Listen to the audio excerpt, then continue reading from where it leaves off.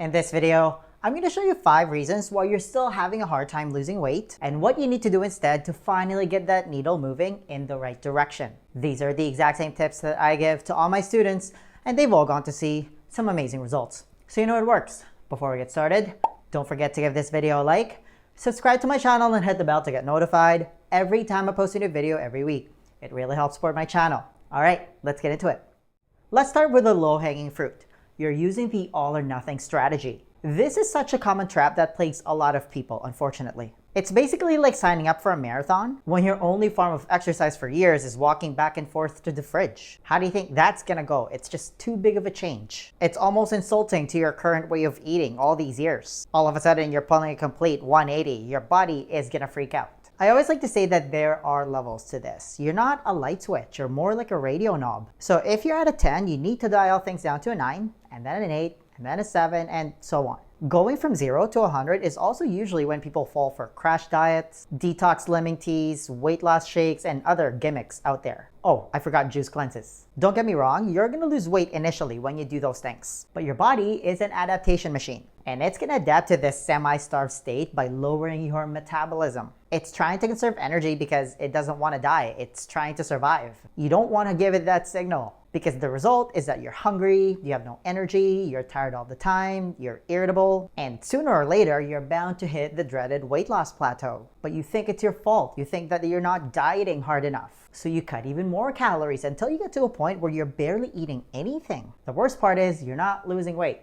Sound familiar? And this is what happens to a lot of people. That's why I have such a big problem with trainers and influencers when they throw blanket statements like it's all about the calories. You just need to be on a calorie deficit. That honestly means nothing. Telling someone who's overweight or obese that they just need to be on a calorie deficit to lose weight is akin to telling someone who's living in poverty that if they want to get rich, they just need to be on a money surplus. They obviously just have a money imbalance. They just need to make more money than they're spending. It's the same thing with telling someone who's drowning that they just need to drown less and swim more. Do you see how ridiculous those things sound? Yes, technically those statements are true, but it's not very helpful. Unless you factor in individual nutritional needs and other lifestyle choices, as well as key hormones like leptin, ghrelin, cortisol, and insulin, the results that you're gonna get are just not gonna be sustainable. The moment you stop whatever crash diet or juice cleanse you're doing, you lose all progress and you're just stuck in this vicious cycle of losing weight and then putting it back on and then some again and again.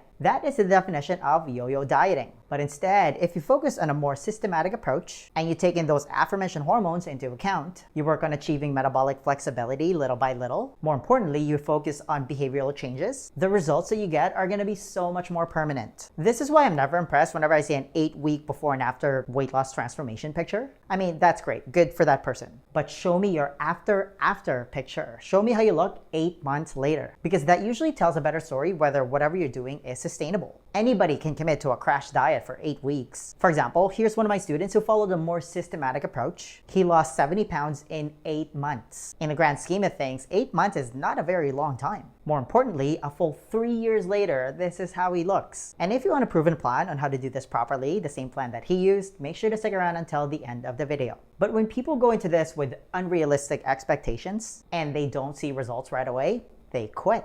If you're trying to lose 20 pounds of fat, for example, it didn't take you 2 weeks to put on that weight. What makes you think you're gonna magically drop it in 2 weeks? Number 2, you're relying too much on crutches. I wanna highlight 2 of them. Diet soda, or really any 0-calorie version of any drink out there but is artificially sweetened, as well as artificial sweeteners in general. Don't get me wrong, they actually serve a purpose, especially stevia. But if you choose to use them, I would maybe give those crutches a month max, just to help you as you go through this adaptation process of this new healthy lifestyle that you're trying to adapt. Anything longer than that, and it's most likely gonna start hindering your progress. All you really need to know about diet soda is it's often linked to weight gain instead of weight loss because it destroys your gut microbiome. I mean, I could write an entire book about the importance of gut health, and maybe I will, but nothing that sweet gets a free pass once it enters your system. The 0-calorie myth is honestly one of the biggest lies of all time in the nutrition industry. It's the same thing with anything that's a low-fat version of its predecessor.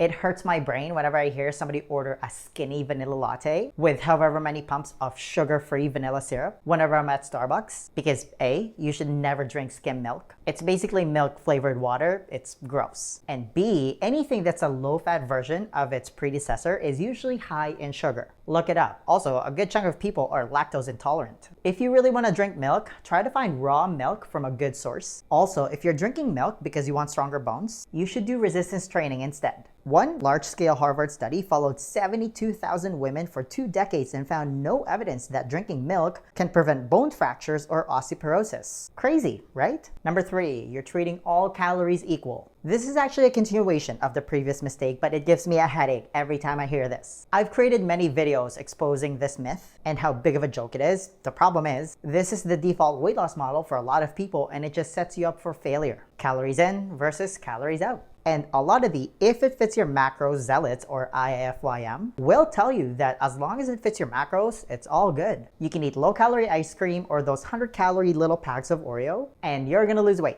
The thinking is that 100 calories of low-calorie ice cream is the same as 100 calories of eggs or broccoli. No, not even close. In the short term, you will lose weight when you count calories. Again, anybody who goes on a calorie deficit will lose weight at the beginning, especially if you go on a massive calorie deficit. Sure, do that for 8 weeks and you're gonna lose weight. But again, show me how you look 8 months later, because this calorie counting method has been proven to have a 99% failure rate. It fails almost every single time, because again, the human body is an adaptation machine. The bigger question is, are you going to be healthy long term eating all that ultra processed food? What's your level of satiety? Because being hungry sucks. Dietary fat is some of the most satiating food on the planet, and it usually gets taken out to make these foods low calorie, because fat is calorically dense. And if this calorie counting BS had any legs to stand on, then Diet Coke would be a health food because it has 0 calories. Listen, I'm not saying that you can never have treats. I've spoken a lot about my love for cheesecake and carrot cake, but it cannot be part of your daily diet just because it fits your macros. Number 4, you're doing too much cardio. This is one of the unintended consequences of telling people to just eat less and move more. Because now you've got countless poor souls trying to manually burn calories, which is an unbelievably ineffective way to lose weight. The problem is, doing too much cardio, whether it's the elliptical machine, the Stairmaster, or plain old running, is usually the default exercise for a lot of people, especially for beginners. And they're counting calories burned, whether it's on their Apple Watch or whatever it says on the machine, because again, it's all about the calories. Or they do HIIT classes every day, and it's a near-death experience every time, because the workouts are a little bit too hard, they're done too frequently with insufficient rest in between. Okay, it's obviously better than doing nothing. Just know that it's now been scientifically proven that calories burned during exercise does not translate to fat burn in your body. And if you're struggling to lose weight even though you work out 7 days a week, you already know this to be true. So stop counting calories burned from exercise. It doesn't matter. 80% of your body composition is determined by your diet anyway. These chronic cardio patterns usually lead to massive sugar cravings after your workout, among other things. Notice how you're always craving something sugary after a long and hard run? But the bigger issue here is that chronic cardio leads to chronic stress. Remember, exercise is a type of stress. It's the good kind of stress unless it becomes chronic. Because chronic stress means you also have chronically elevated cortisol levels. Cortisol is your stress hormone, and chronically high cortisol levels leads to chronically high insulin levels. Insulin is your storing hormone. That hormonal disaster leads to systemic inflammation, which then opens up Pandora's box to all sorts of nasty disease. Imagine that, your daily cardio workout could actually be doing more harm than good.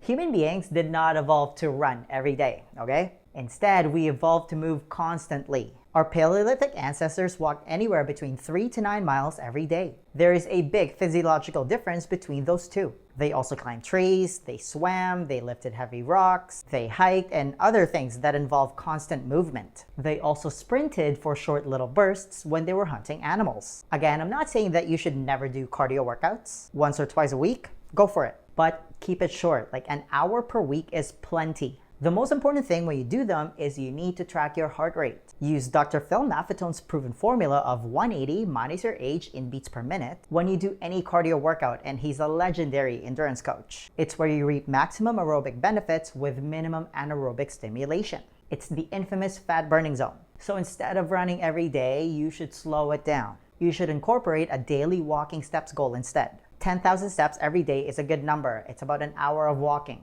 You want to especially go for a walk after a meal because a brisk 15-minute walk has been shown to cut the blood sugar and insulin response by half. The faster you can regulate blood glucose and insulin, the faster you can tap into your fat stores and burn it for energy. Your goal for exercise is to move your body constantly and do resistance training to build and maintain muscle, because having a lot of lean muscle mass is the key driver of your metabolism. Honestly, muscle is metabolism. The more you have, the more you get to eat. More importantly, the more calories you burn at rest. That's how you become a fat burning machine. Lastly, and this might be the biggest culprit for a lot of people, you're not being nice to yourself. Let's say you're having a really bad day and you slipped up on your diet. Now you feel bad because you think you've just ruined everything. This is where the devastating negative self-talk comes in. And depending on your relationship with yourself, this can spiral some people down the rabbit hole. They feel like a failure, so they just give up. Listen, the first mistake is never the one that ruins you. It's the spiral of repeated mistakes that follow, because we all mess up. I mess up sometimes. I have good days and bad days just like everyone else. But here's the thing.